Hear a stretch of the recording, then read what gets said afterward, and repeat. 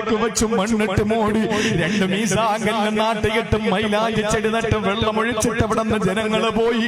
ആ സഹോദരൻ ഒറ്റയ്ക്കാണ്. എന്തെല്ലാം മോഹങ്ങൾ ഉണ്ടായിരുന്നു. മക്കളെ കെട്ടിക്കണമെന്ന മോഹമുണ്ടായിരുന്നയാളാ. ഭാര്യയ്ക്ക് നല്ലതുപോലെ ചെലവിന് കൊടുക്കണമെന്ന് കൊതിയുണ്ടായിരുന്ന ആളാ.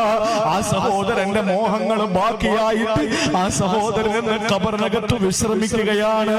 സഹോദരങ്ങളെ, പിന്നീട് സൂര്യൻ ഉദിച്ചു, സൂര്യൻ അസ്തമിച്ചു, വെയിൽ വീശി, കാറ്റ് വീശി, രാത്രി വന്നു, നിലാവുദിച്ചു, നക്ഷത്രങ്ങൾ വന്നു. ഇവിടെ എല്ലാ ട്രെയിനുകളോടി, ഫ്ലൈറ്റോടി, ബസ്സോടി, കാറോടി നമ്മൾ തിന്നു, കുടിച്ചു, നടന്നു, പ്രസംഗിച്ചു, വാഴ കേട്ടു.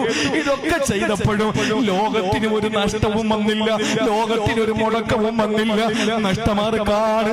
പൊന്നുമക്കൾക്ക് വാപ്പയില്ല, പ്രിയപ്പെട്ടവർക്ക് ഭർത്താവില്ല, പ്രിയപ്പെട്ട ഉമ്മയ്ക്ക് മോനില്ല.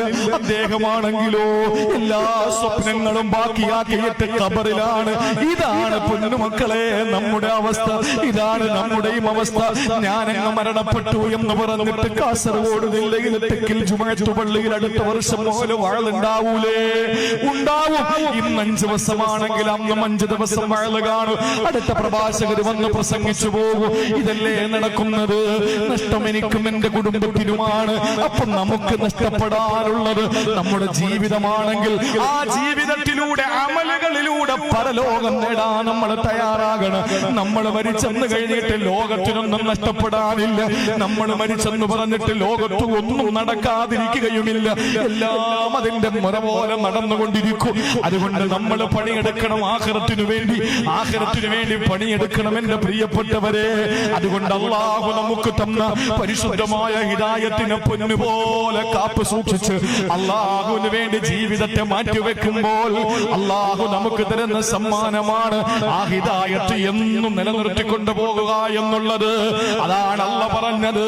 ഒരു മനുഷ്യന് ലലാലത്തിനെയാണ് അല്ലാഹു ഉദ്ദേശിക്കുന്നതെങ്കിൽ അവന് ഭീകരമായി അല്ലാഹുവിന്റെ ദീനിന്റെ ഉലൂമുകൾ, ദീനിന്റെ വിഷയങ്ങൾ, ദീനിന്റെ കർമ്മങ്ങൾ, ദീനിന്റെ പ്രസംഗങ്ങൾ, ദീനിന്റെ മസലകൾ അവന് ഭീകരമായി തോന്നുമെന്ന് അല്ലാഹു നമ്മുടെ ഹൃദയത്തെ അല്ലാഹു വിശാലമാക്കി തരട്ടെ.